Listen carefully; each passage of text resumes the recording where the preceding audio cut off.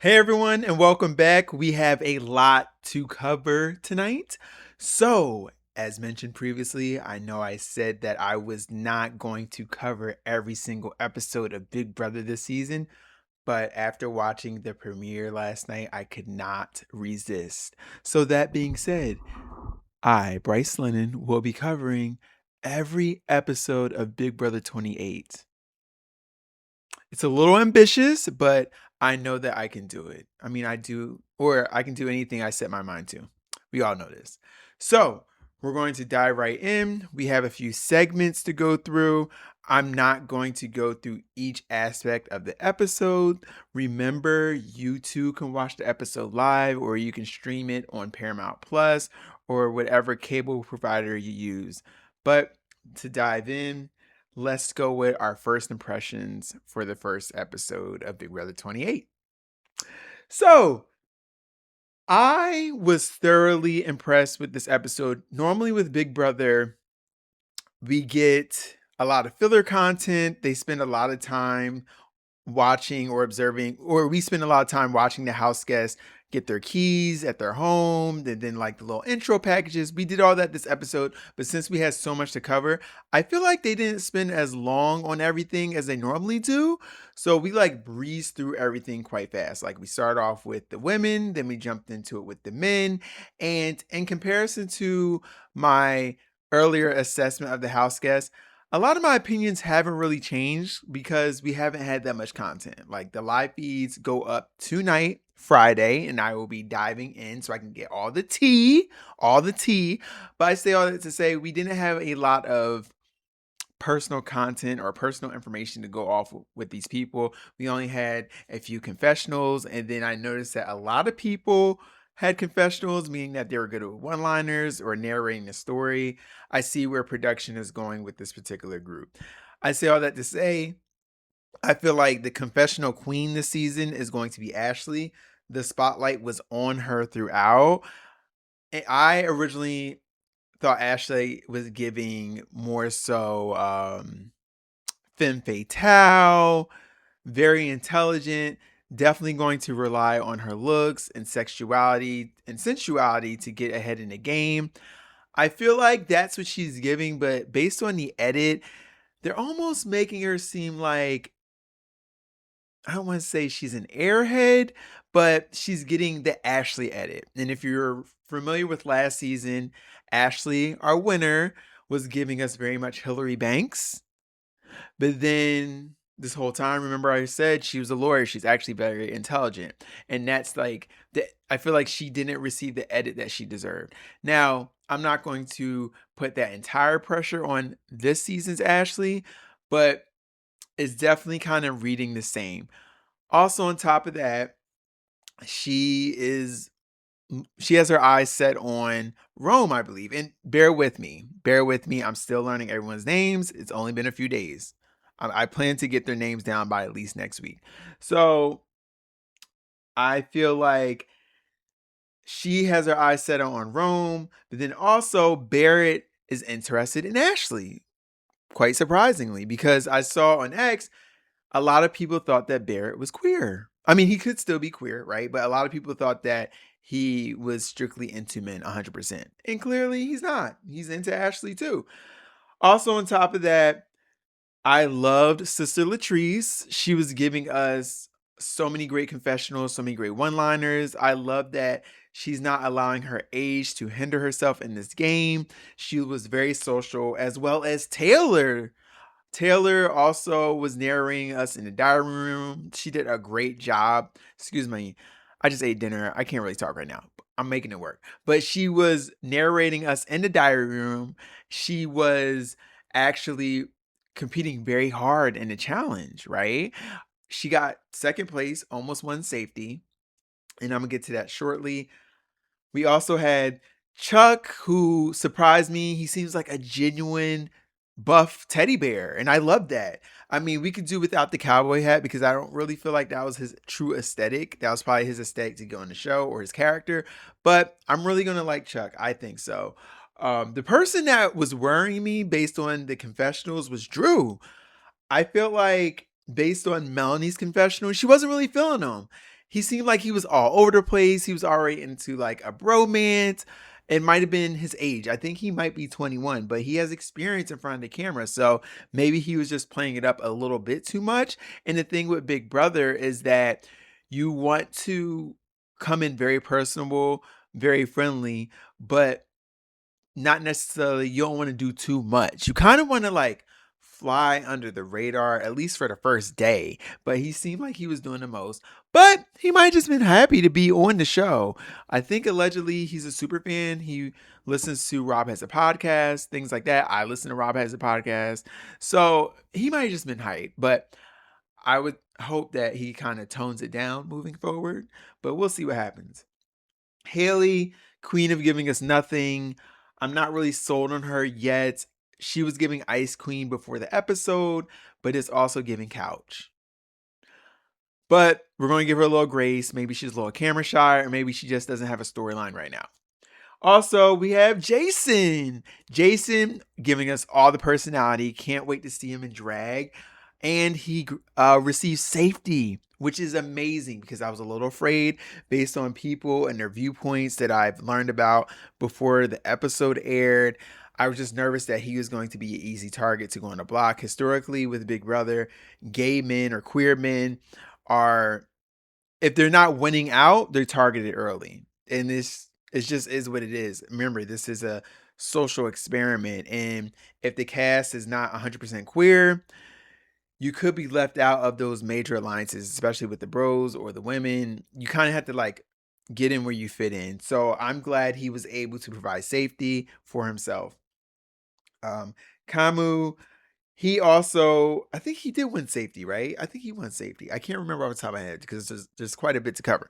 But I mean, he didn't really stick out too much for me right now, but he seemed pretty nice. Also, Lyric, she was less annoying than I thought. I definitely could watch her every week. I definitely think that she's going to be great socially. Jason had told her when Rick came in that we don't need to trust him, we need to get him out. And previously, before that conversation was shown, Lyric and Jason to me didn't have much of an interaction. So maybe they formed a quick bond that we didn't see. But I'll continue with the strategy talk when we get to that segment. Mallory, she seemed pretty nice. She made a weird confessional comment about being best friends with Lyric, and Lyric doesn't know it yet. Thought that was a little weird that the show left that in there, but maybe they were just trying to create some type of storyline with her. Melody, like I said, she had words for Drew. She wasn't really a fan. And it caught me off guard because Melody, I thought, before coming into the episode, I would have put Ashley's personality with Melody, but Melody was giving like, oh no, he's going to have to go. Like, I'm not really with him. He's already annoying me. So we'll see where we go with that. And then we already did Rome and Yash. Yash, you know, he's like a dancer on TikTok, Bitcoin guy. And I think I linked him to being like Derek X originally, right? Like not necessarily familiar with the game of Big Brother, but could possibly integrate himself really well if he tries. But I predict he was going to be early out. But needless to say, my impressions pretty much remain the same because we weren't giving too much. The first episode is so fast paced. There's a lot of challenges. There's a lot of twists. As you heard me say during the previous episode, we had Angela come in from Big Brother 26. We had Rick come in from Survivor. And we also had Rachel re-enter the game only for her to get removed yet again as part of another twist for us to find out tonight on the Big Brother After Show who is coming in Rachel's place. Spoiler alert, it's Dee from Survivor, which is interesting because Dee has won Survivor and she's also competed on a challenge. She's a physical beast. She's she socially integrates herself really well and she's gorgeous. People like Dee. So I don't necessarily see them targeting her. I also heard through the grapevine, which I'll share through the end, who the head of household is. As you know from the episode itself, none of the people the original 14 will be head of household, which is why they had to compete for safety. So that means the 3 new house guests, a combination of Angela, Rick, or Dee, will become head of household for the week. And we know why production did that. If they're investing in former players or veterans coming into the game, they want to keep them safe as long as possible. So why not give them a power, or why not help them get a power? It makes sense. I get it. Some people probably don't like it. I know for me, if I was a player in a game, of course I would want to compete for the first head of household, right? Like I know in the past, sometimes winning the first head of household could be a death threat. I mean, remember Frenchie from Big Brother 23? He won the first head of household and lost his mind and went power crazy. Like that can happen. But a lot of times when you win the first head of household, you can kind of steer the game in your direction. Think about being like the popular kid in high school. Everyone gravitates towards you. So when you have that power, people are trying to strike deals with you, and then you get to pick who you want to work with. You're playing more so the offense as opposed to the defense. So if I was in the house, definitely would try to win the first head of household. I'm not even gonna lie. So the premiere itself, out of a scale of 1 to 10, I would give it a solid, I would get a solid 7.5. Like it wasn't like, in my opinion, super magnetic. It was entertaining because there was a lot going on. Could I have done without the cheesy moments? Sure, why not? But Big Brother has kind of been doing that for quite some time now, so I'm kind of used to it. So I'll give it like a 7.5. Maybe I need to watch it again to see if I would like it even more. But I normally don't put all my stock into the first episode. I normally wait until the second or third to figure out if I'm really going to enjoy the season. So just bear with me here. So next up, we have the house dynamics. As of right now, we don't really have too many house dynamics. We saw everyone's being friendly. You know, when you first meet people, everyone's meeting the best version of yourself, the version that you want them to meet. Your character, your shadow is not being present. The mask is up. Okay, the mask is up, meaning that everyone's friendly. Oh my God, I love you. I love your hair. I love your clothes. I love everything about you. Oh my God, where are you from? Like that's what everyone's giving right now. Very much character, right? Probably the character that they went through during the casting process. That's how they're coming into the game. But you know, like human nature, over time, the mask is going to slip, especially when there's power involved. So I necessarily can't speak on the house dynamics yet. So we're going to bypass that segment for now. But just know, after I watch the live feeds tonight, tomorrow, and the rest of the weekend, and I come back to you on Sunday with a new episode, I will be able to cover that segment more fully. So, our next segment for the episode are our breakout stars. Who were the top 3 breakout stars? Why did they stand out? Was it the personality? Was it the look? Was it the strategy? Something that wasn't expected? And these are all my personal opinions. Nothing is a fact. And I'm just a viewer just like you. You can agree to disagree. If you have an issue, if you have a comment, make sure you leave it in the comment section below because I'm about to go in. So my first breakout person was obviously Ashley. Like I said, she was giving us face. She was giving us personality. She was giving us airhead. I mean, she could not figure out how to even finish the challenge. Like she didn't know who Enzo was. She didn't know how to calculate the math problem. And, you know, to give her a little grace, it's a lot. It's a lot. Like you don't know what's happening. Everyone's scrambling. Everyone's running. Nobody's helping you. She did the best she could. However, it wasn't good enough to actually compete for safety. Also, second breakout star, I'm going to give it to, let's just give it to Angela. Okay? And we're going to give it to Angela because in her own right, she is a star. I mean, she was the chaotic hurricane of Big Brother 26, full on meltdowns, full on calling people out, house meetings. She definitely let people know where she didn't stand with them, or where she stood with them, excuse me. I mean, just think about it. Even when Rachel entered, Angela was like petrified. Like I felt like she was about to crash out literally in a confessional. Like, she wears her heart on her sleeve, and that stands out to me. Now, is she my favorite type of player? No.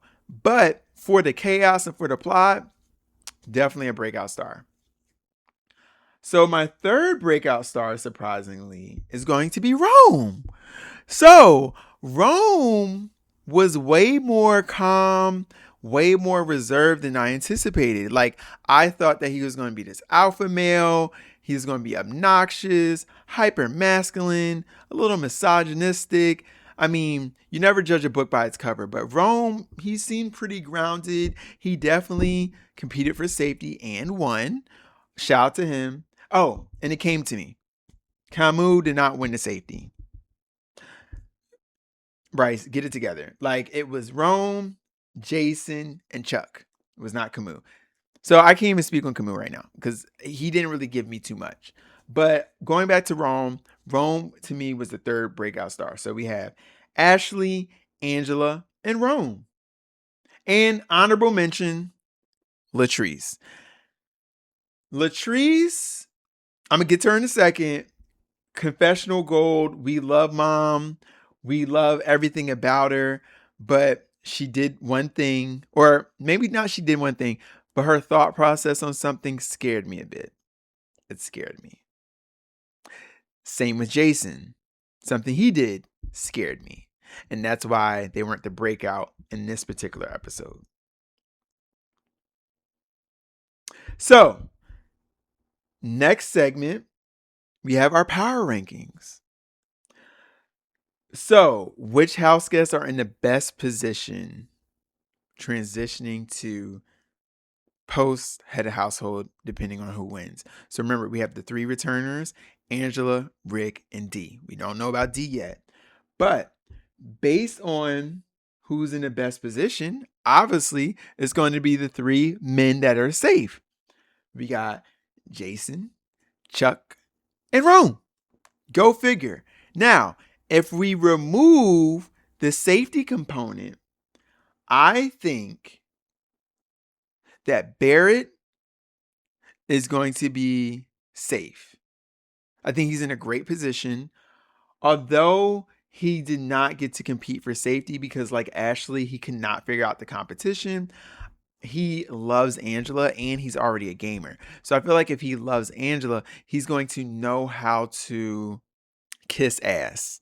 He's a fan of Big Brother. So he's going to know how to kiss ass. And definitely when D walks in, he's definitely going to be kissing her ass. Now, if he's going to stay loyal to that, probably not. But just to get by in the first week, I'm pretty sure he's going to be kissing major ass. Second person, I think that Taylor is in a great position. I felt like when she was hugging people, people gravitated towards her.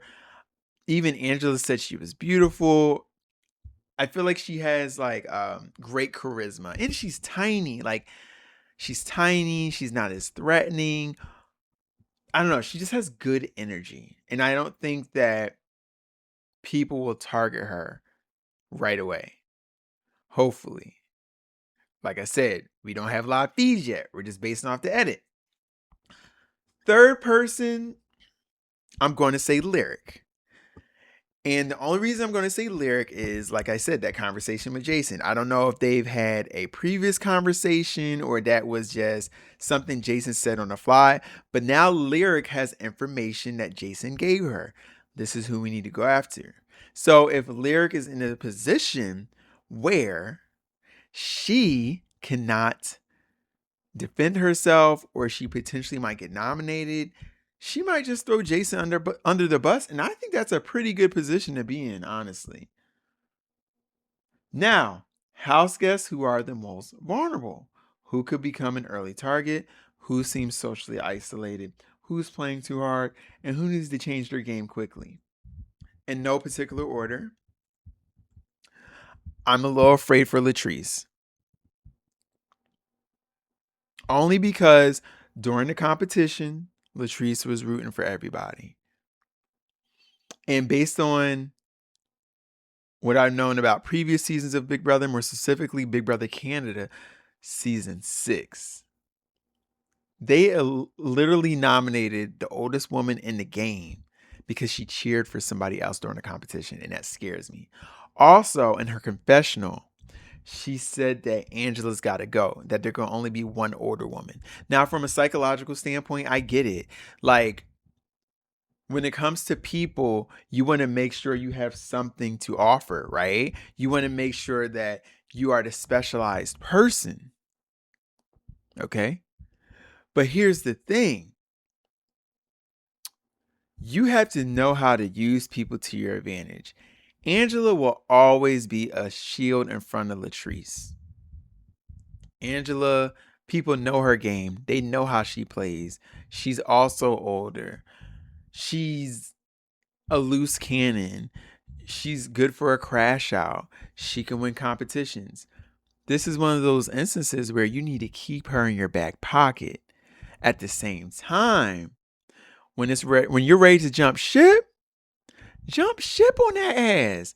Latrice, don't be trying to get her out too early, and don't tell anybody you want her out. We don't know what Latrice said to people, but we're going to see based on the live feeds tonight if Latrice was able to keep her mouth closed. Next up,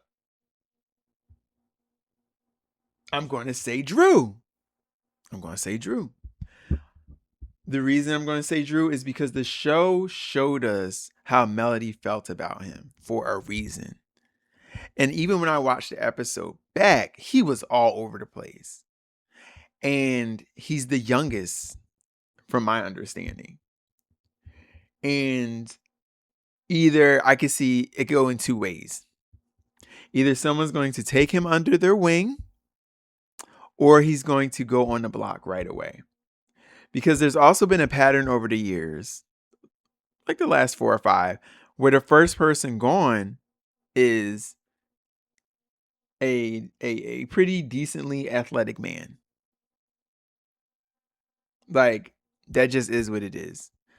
They want the bros out. And I feel like Drew falls into that category. So I wouldn't be surprised if by the end of the week, he ends up on the block in some capacity.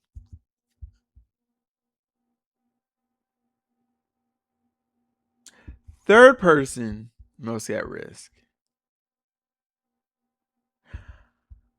I'm going to put my foot in my mouth when I say this. It might be Ashley. Although she and Barrett did not get to compete for safety because they blew the challenge. Someone might report that information back to the head of household, which if I was head of household, that wouldn't be my reason. That doesn't make sense to me. But that happens on Big Brother. The first person out on the challenge could possibly get nominated the first round because people don't know people. Like, we're basing nominations off what? So it's always like your first impression is your last. It's just something people do. They either might nominate the first person who got put out or the person that almost beat them.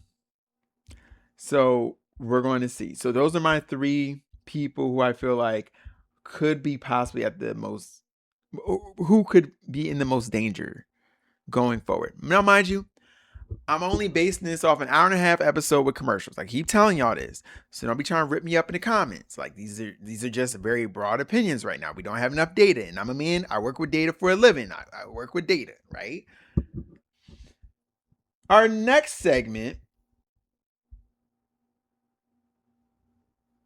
if I were in the house. If I was on Big Brother 28, walking into that premiere, I'm walking in like Taylor. Super friendly, super bubbly, but not doing too much. You know, I'm pulling people to the side. I'm having conversations, little brief surface level conversations. Where are you from? What's your zodiac sign? How old are you? Oh, well, like, I know people from here and there, this where. Like, I have a strong social game. I've played online Big Brother games before. I played Traders in person. I've played Survivor games. My strength is social. Like, I know how to talk to people. I wouldn't strategize too early at all because I don't know these people. However, the people that I'm building relationships with, they don't realize it, but they're actually going to be my allies. The people I'm having in-depth conversations with. I'm not speaking game yet. I'm getting a feel for you. But if I'm fucking with you, we're going to be in alliance. And if I can trust a lot of y'all, we're going to be in a group. Because honestly, in the beginning, Big Brother is a numbers game, similar to Survivor. Because in the event I'm on a block, I need these numbers to keep me safe. So whether I need to be in the backyard tanning, even though they might be tanning all day, if I have to stay up late at night, even though I go to bed normally at 10 p.m., I'm going to have to stay up. But my strategy, the first night, get to know these people on the surface level. Don't do too much. Even if someone rubs me the wrong way, don't let them know that they're rubbing me the wrong way. Also, don't strategize. Also, downplay my strategic abilities in a sense. Don't tell them I've seen Big Brother. I'll just tell them I'm a recruit. Found me on Instagram. Also, not even tell them what I do for a living. I'm keeping everything very minimal. I mean, yes, it is lying. Yes, it is withholding information, but you have to lower your threat level in this game. And I know that when I walk into a room, I'm polarizing. Big hair, big eyes, probably a brightly colored outfit. I stand out. It just is what it is. So reducing my threat level is my main strategy day one. And also winning head of household if possible, or winning a challenge to keep myself safe, because that is very important as well.